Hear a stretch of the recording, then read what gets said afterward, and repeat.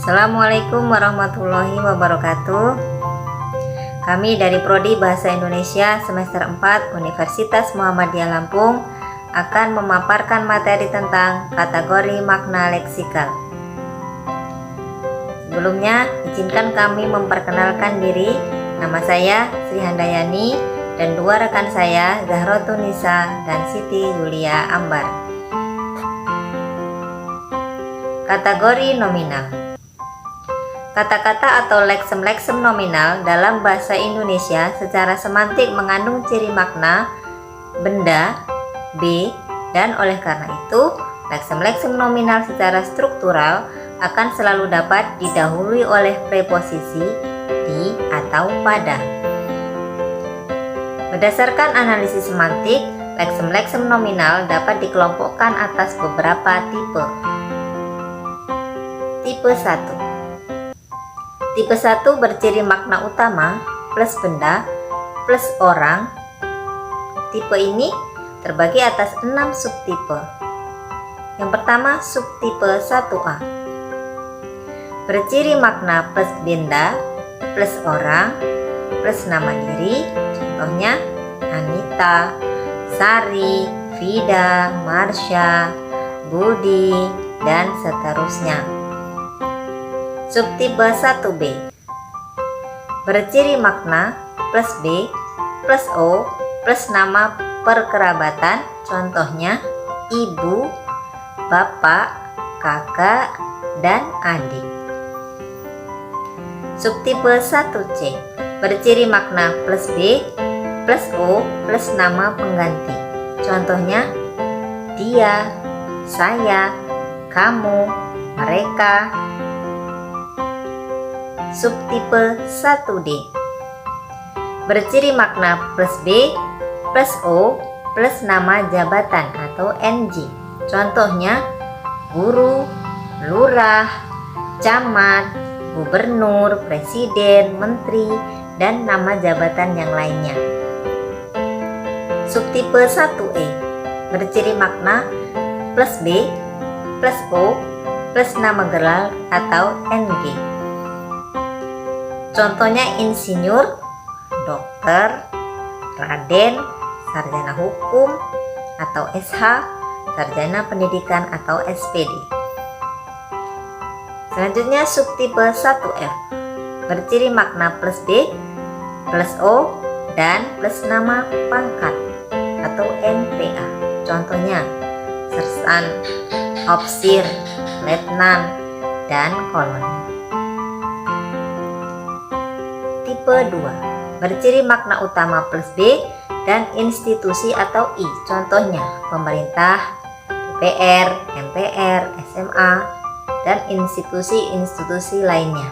Selain itu, leksem-leksem nominal tipe 2 ini juga memiliki ciri makna plus orang, metaforis atau OM plus K plus H. Jadi, secara keseluruhan leksem-leksem nominal ini berciri makna plus B, plus I, plus OM, plus K, dan plus H.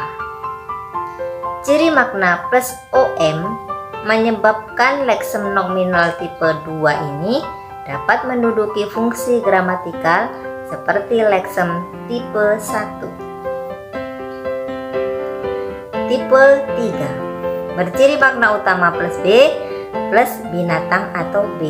Contohnya tongkol, kucing, harimau, onta, ayam, dan seterusnya. Selain itu, leksem-leksem nominal tipe 3 ini memiliki ciri makna plus NY, plus K, dan plus H. Dengan demikian, secara keseluruhan leksem-leksem nominal tipe 3 ini berciri makna plus B, plus BI, plus NY, plus K, dan plus H. Tipe 4. Berciri utama plus B dan plus tumbuhan atau T. Leksem nominal tipe 4 ini terdiri atas 3 subtipe, yaitu subtipe 4A, 4B, dan 4C. Selanjutnya tipe 5, berciri makna utama plus B, buah-buahan atau BB, misalnya mangga, rambutan, pisang, nanas, jambu, apel, dan buah-buahan yang lainnya. Selain itu, tipe ini juga memiliki makna plus H, plus K, dan min HI. Jadi, secara keseluruhan tipe ini memiliki makna plus B, plus BB, plus H, plus K, dan min HI. Tipe 6, berciri makna plus B, plus bunga-bungaan, misalnya mawar, melati, kamboja, kembang sepatu, kenanga, dan bunga-bungaan yang lainnya. Tipe 7, berciri makna plus B, plus peralatan atau AL. Tipe ini terdiri atas 9 subtipe. Subtipe 7A yang berciri makna utama plus B, plus AL, dan plus masak atau MS. Contohnya panci, kompor, wali. Kemudian subtipe 7B, berciri makna utama plus B, plus AL, dan plus makan atau MK. Contohnya piring, garpu, sendok, dan gelas. Subtipe 7C, berciri makna utama plus B, plus AL, dan plus pertukangan atau TK. Contohnya palu, gergaji, dan pahat.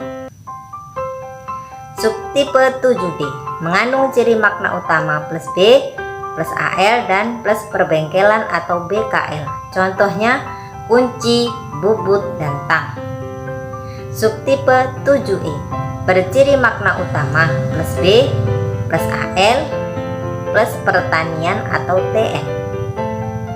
Contohnya cangkul, sabit, dan garuk. Subtipe 7F berciri makna utama plus B, plus AL, dan plus perikanan atau IK. Subtipe 7G berciri makna utama plus B, plus AL, dan plus rumah tangga atau RT. Contohnya lemari, meja, dan kursi. Subtipe 7H berciri makna utama plus B, plus AL, dan plus tulis menulis atau TM. Contohnya buku, pensil, penggaris, dan pena. Yang terakhir subtipe 7I berciri makna utama plus B, plus AL, dan plus olahraga atau OR. Contohnya raket, bola, net, dan stick.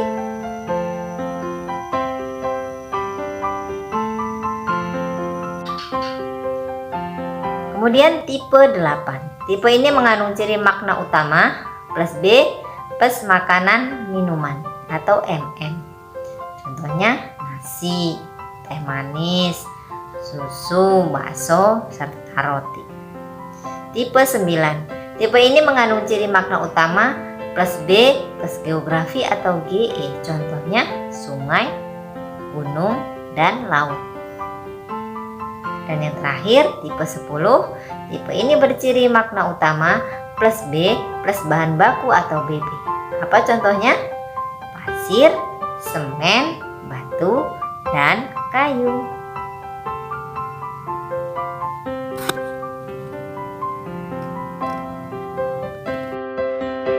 Baiklah, di sini saya Zahra Lisa akan melanjutkan memaparkan materi tentang kategori makna leksikal. Berikut adalah penjelasannya. Kategori yang selanjutnya adalah kategori verbal. Berdasarkan analisis semantik sejalan dengan Tampu Bolon, kategori verbal dapat dibedakan menjadi 12 tipe. Kedua-belas tipe itu adalah sebagai berikut. Tipe yang pertama, tipe ini adalah verba yang secara semantik menyatakan tindakan, perbuatan, atau aksi. Pelaku verba ini adalah sebuah maujud berupa sebuah nomina yang berciri makna bernyawa, dan tindakan sebagai penggerak tindakan yang disebutkan oleh verba tersebut. Tipe yang kedua, tipe ini adalah verba yang menyatakan tindakan dan pengalaman. Pada verba ini, pelakunya adalah sebuah maujud berupa nomina berciri makna bernyawa dan bertindak sebagai penggerak tindakan yang disebut oleh verba tersebut, sekaligus dapat pula sebagai maujud yang mengalami secara kognitif, emosional, atau sensasional tindakan yang dilakukan oleh verba tersebut. Sebagai contoh yang pertama, dia menaksir harga mobil bekas itu. Contoh yang kedua, beliau menjawab pertanyaan para wartawan. Tipe yang ketiga. Tipe ini adalah verba yang menyatakan tindakan dan pemilikan, atau bisa disebut dengan benefaktif.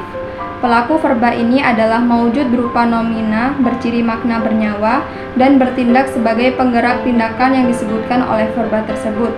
Sedangkan pemilik bisa juga ketidakpemilikan, juga berupa nomina berciri makna bernyawa. Tipe yang keempat.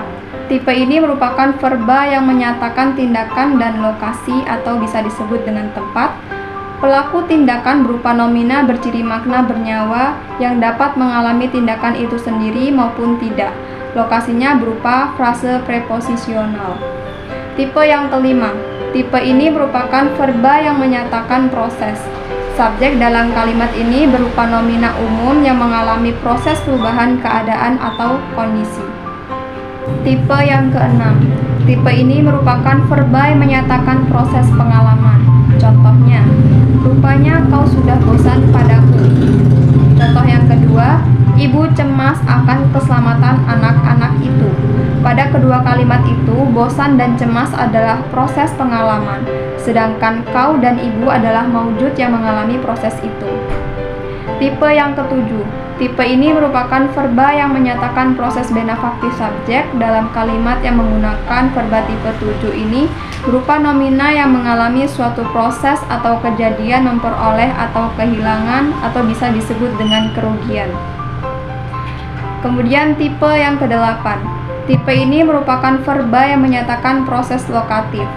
Subjek dalam tipe ini berupa nomina yang mengalami suatu proses perubahan tempat, atau bisa disebut dengan lokasi. Tipe yang kesembilan. Tipe ini merupakan verba yang menyatakan keadaan. Subjek kalimat dalam tipe ini berupa nomina umum yang berada dalam keadaan atau kondisi yang dinyatakan oleh verba tersebut. Tipe yang ke-10. Tipe ini merupakan verba yang menyatakan keadaan pengalaman. Subjek dalam kalimat yang menggunakan tipe ini adalah sebuah nomina yang berada dalam keadaan kognisi, emosi, atau sensasi. Tipe yang ke-11. Tipe ini merupakan verba yang menyatakan keadaan benefaktif subjek dalam kalimat yang menggunakan tipe 11 ini adalah sebuah nomina yang menyatakan memiliki, memperoleh, atau kehilangan sesuatu. Kemudian tipe yang ke-12. Tipe ini merupakan verba yang menyatakan keadaan lokatif. Subjek pada kalimat yang menggunakan verba ini adalah nomina yang berada dalam suatu tempat atau lokasi. Kategori yang selanjutnya adalah kategori adjektifal. Leksem adjektifal dalam bahasa Indonesia secara semantik adalah leksem yang menerangkan keadaan suatu nomina atau menyifati nomina itu. Secara semantik, adjektifal dapat dibagi menjadi 8 tipe. Tipe yang pertama adalah leksem adjektif yang menyatakan sikap, tabiat, atau perilaku batin manusia yang termasuk di dalamnya yang dipersonifikasikannya, misalnya marah, galak, baik, sopan, berani, takut, dan jahat. Tipe yang kedua adalah leksem adjektif yang menyatakan keadaan bentuk, misalnya bundar, bulat, lengkung, bengkok, lurus, dan miring. Tipe yang ketiga adalah leksem adjektif yang menyatakan ukuran, misalnya panjang, pendek, tinggi, gemuk, kurus, lebar, luas, ringan, dan berat. Tipe yang keempat adalah leksem yang menyatakan waktu dan usia, misalnya lama, baru, muda, dan tua. Tipe yang kelima adalah leksem adjektif yang menyatakan warna, misalnya merah, kuning, biru, hijau, ungu, coklat, dan lembayung. Tipe yang keenam adalah leksem adjektif yang menyatakan jarak, misalnya jauh, dekat, dan sedang. Tipe yang ketujuh adalah leksem adjektif yang menyatakan kuasa tenaga, misalnya kuat, lemah, segar, lesu, dan tegar. Tipe yang kedelapan adalah leksem adjektif yang menyatakan kesan atau penilaian indera, misalnya sedap, lezat, manis, pahit, cantik, tampan, cemerlang, harum, bau, wangi, kasar, halus, dan licin. Baiklah teman-teman, sebelumnya perkenalkan nama saya Siti Yulia Ambarulan. Di sini saya akan melanjutkan pemaparan materi yang sebelumnya sudah dipaparkan oleh rekan-rekan saya. Berikut pemaparan materi yang akan saya paparkan. Yang pertama, saya akan menjelaskan kategori pendamping. Kategori pendamping ialah leksem-leksem atau kata-kata tertentu yang mendampingi nomina, verba, adjektif, dan juga klausa untuk memberikan keterangan tertentu yang bukan menyatakan suatu keadaan ataupun sifat. Yang pertama yaitu pendamping nomina. Leksem-leksem ataupun kata-kata pada pendamping nomina antara lain yang pertama menyatakan pengingkaran. Kata ini hanya satu, yaitu terletak pada kata bukan yang ditempatkan sebelum nomina. Misalnya pada kata bukan buku, bukan ayam, bukan guru, dan bukan agama. Yang kedua yaitu menyatakan kuantitas atau jumlah. Jumlah kata untuk menyatakan kuantitas banyak antara lain yaitu kata beberapa, semua, dan lain sebagainya. Yang ketiga yaitu menyatakan pembatasan yang terletak pada kata hanya dan saja. Kata hanya ditempatkan sebelum nomina, sedangkan kata saja diletakkan sesudah nomina. Misalnya pada kata hanya air putih, hanya dia, hanya sopir. Sedangkan pada kata saja, contohnya yaitu kopi saja, siapa saja, dan mereka saja. Yang keempat, menyatakan tempat berada. Kata yang digunakan adalah kata di dan pada. Misalnya kata di, contohnya di kelas, di pasar, di Bogor. Sedangkan pada kata pada, contohnya yaitu pada dinding, pada ayah, dan pada tahun. Yang kelima yaitu menyatakan tempat asal. Kata yang digunakan adalah kata dari. Misalnya dari Jepang, dari rumah, dari pasar, dari sekolah. Selain menyatakan asal tempat, pendamping kata dari dapat juga menyatakan asal bahan seperti dari gula, dari semen, dari tanah liat, dari tepung. Yang keenam yaitu menyatakan tempat tujuan atau arah sasaran. Kata yang digunakan adalah kata ke dan kepada. Misalnya pada kata ke, contohnya ke pasar, ke Bogor, ke sekolah. Sedangkan kata kepada, contohnya yaitu kepada ayah, kepada polisi, kepada agama, kepada saudara. Dan yang ketujuh, menyatakan hal atau perkara. Kata yang digunakan adalah kata tentang, mengenai, perihal, dan masalah. Pendamping ini biasanya digunakan sebelum nomina yang berada dalam suatu klausa intransitif. Misalnya, berdiskusi mengenai nilai-nilai sastra. Yang kedelapan, menyatakan alat. Kata yang digunakan adalah kata dengan. Misalnya, menulis dengan pensil, memotong dengan pisau, mengikat dengan tali. Tapi perlu dicatat dan diingat, Pendamping kata dengan selain menyatakan alat, dapat juga digunakan untuk menyatakan kebersamaan, seperti pergi dengan kakak, pergi dengan ibu. Yang kesembilan, menyatakan pelaku. Kata yang digunakan adalah kata oleh yang ditempatkan sebelum nomina. Misalnya, oleh anak buahnya dan oleh ayahnya. Yang ke-10, menyatakan batas tempat dan batas waktu. Kata yang digunakan adalah kata sampai dan kata hingga yang ditempatkan sebelum nomina ataupun nomina waktu. Misalnya, sampai Jakarta dan hingga tengah hari. Selanjutnya, kategori pendamping yang kedua yaitu pendamping verba. Kata-kata pendamping verba antara lain menyatakan, yang pertama menyatakan pengingkaran. Kata yang digunakan adalah kata tidak dan kata bukan yang ditempatkan sebelum verba. Misalnya, tidak mandi, tidak datang.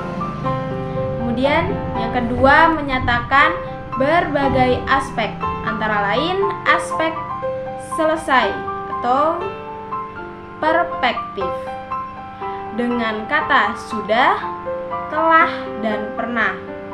Selanjutnya yaitu aspek belum selesai atau imperfect dengan kata masih dan lagi. Selanjutnya yaitu aspek baru mulai atau inkoatif dengan kata mulai.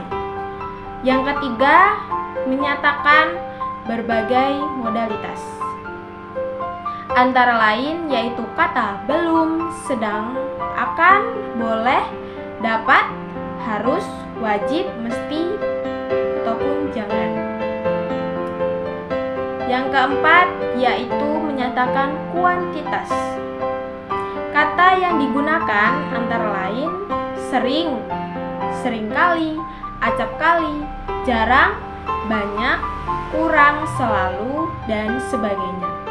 Yang kelima yaitu menyatakan kualitas. Kata yang digunakan antara lain sangat, agak, cukup, paling, dan sekali. Kata-kata ini biasanya mendampingi verba keadaan. Yang keenam, menyatakan pembatasan. Kata yang digunakan adalah kata saja dan kata hanya. Leksem ataupun kata saja diletakkan sesudah verba, sedangkan kata hanya itu diletakkan sebelum verba. Kategori pendamping yang ketiga yaitu pendamping adjektiva. Kata-kata pada pendamping adjektiva antara lain menyatakan, yang pertama menyatakan pengingkaran.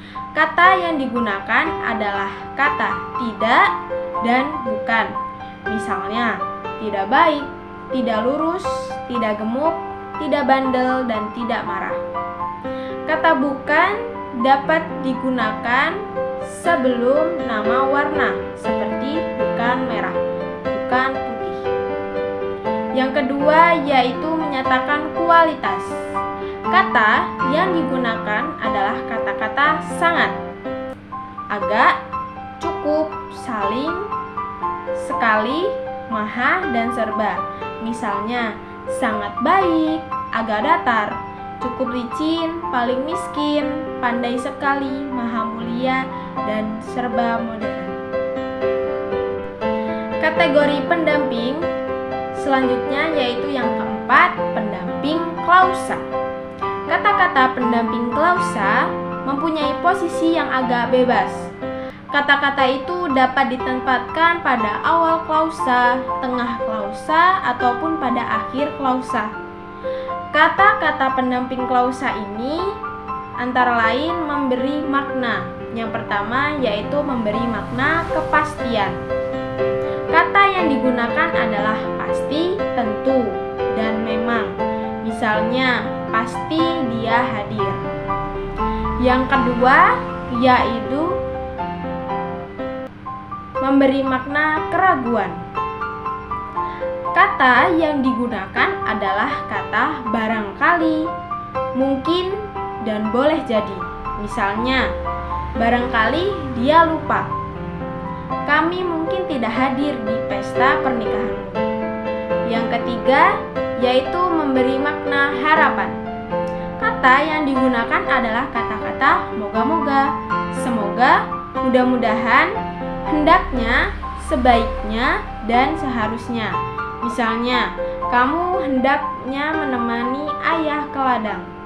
Yang kedua contohnya yaitu kamu seharusnya tidak berkata begitu. Baiklah, selanjutnya saya akan menjelaskan kategori penghubung. Kategori penghubung ialah leksem-leksem ataupun kata-kata tertentu yang bertugas menghubungkan baik kata dengan kata, frase dengan frase, klausa dengan klausa, maupun kalimat dengan kalimat secara koordinatif maupun secara subordinatif. Penghubung koordinatif. Kata-kata pada penghubung koordinatif antara lain menyatakan yang pertama, menyatakan penghubungan. Kata yang digunakan adalah untuk menyatakan penggabungan antara dua buah kata, dua buah frase atau dua buah klausa, serta untuk menyatakan penggabungan bisa sama seperti dan. Dengan untuk menyatakan gabungan biasa antara dua buah kata. Contohnya, Loli dan Rina sedang belajar. Yang kedua yaitu menyatakan makna pemilihan. Kata yang digunakan adalah kata atau. Kata ini dapat menghubungkan kata dengan kata dan juga klausa dengan klausa. Misalnya, dia atau Ahmad yang kau cari.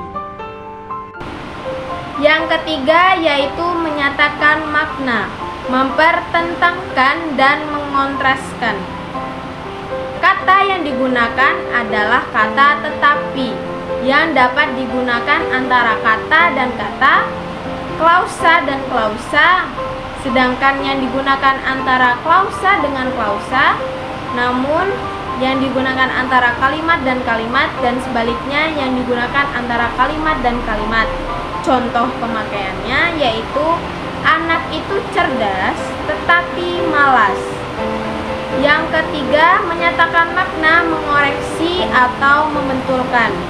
Kata yang digunakan adalah melainkan dan hanya, yang digunakan di antara dua klausa. Misalnya, bukan dia yang datang, melainkan temannya. Yang kelima yaitu menyatakan makna, menegaskan. Kata yang digunakan adalah bahkan, itu pun, malah, lagi pula, apalagi, padahal, dan jangankan. Contohnya yaitu ditambah garam, sayur ini bukan menjadi sedap, malah tidak enak. Selanjutnya, yang keenam, menyatakan makna pembatasan. Kata yang digunakan adalah kata kecuali dan hanya. Kedua kata ini dipakai di antara dua klausa. Misalnya, semua pertanyaannya dapat kujawab, kecuali pertanyaannya mengenai jumlah penduduk miskin itu. Yang ketujuh, menyatakan makna mengurutkan. Kata yang digunakan adalah lalu, kemudian, selanjutnya, dan setelah itu. Misalnya, dia mengambil sebuah buku, lalu duduk membacanya. Selanjutnya yang ke-8, menyatakan makna menyamakan. Kata-kata yang digunakan adalah yaitu dan yakni untuk menyamakan dan menjelaskan. dan kata adalah dan ialah untuk menyamakan menjelaskan dua konstituen yang sama maknanya. Misalnya, Presiden pertama Republik Indonesia yaitu Soekarno.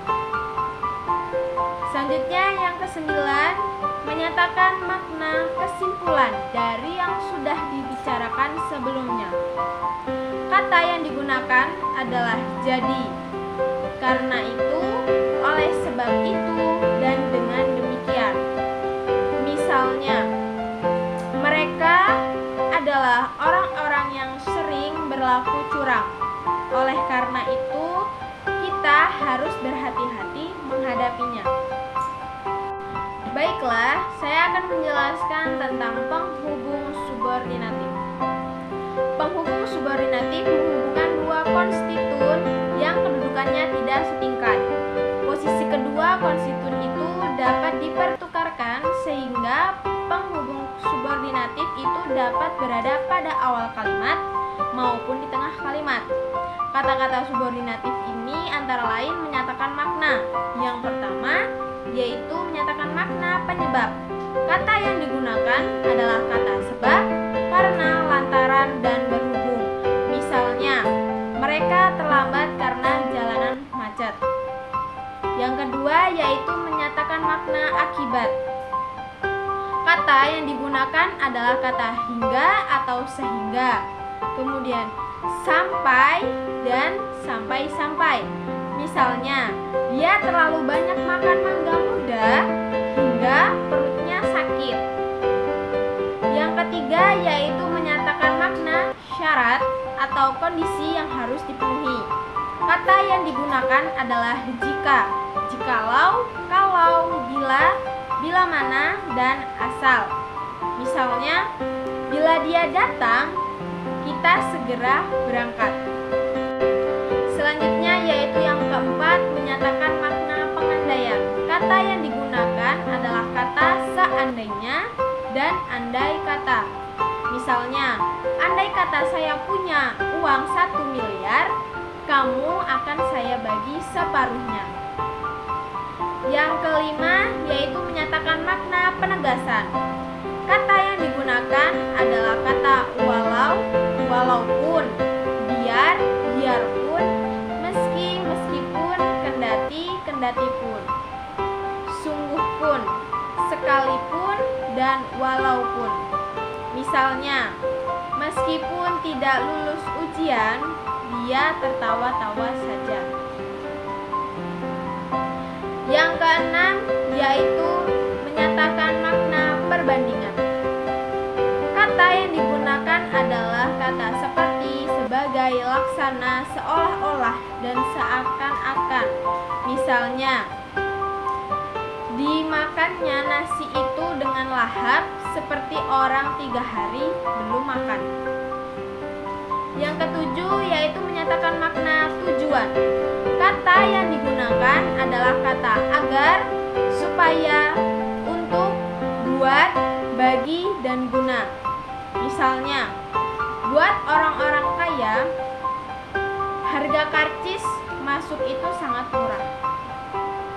Yang kedelapan yaitu menyatakan makna waktu.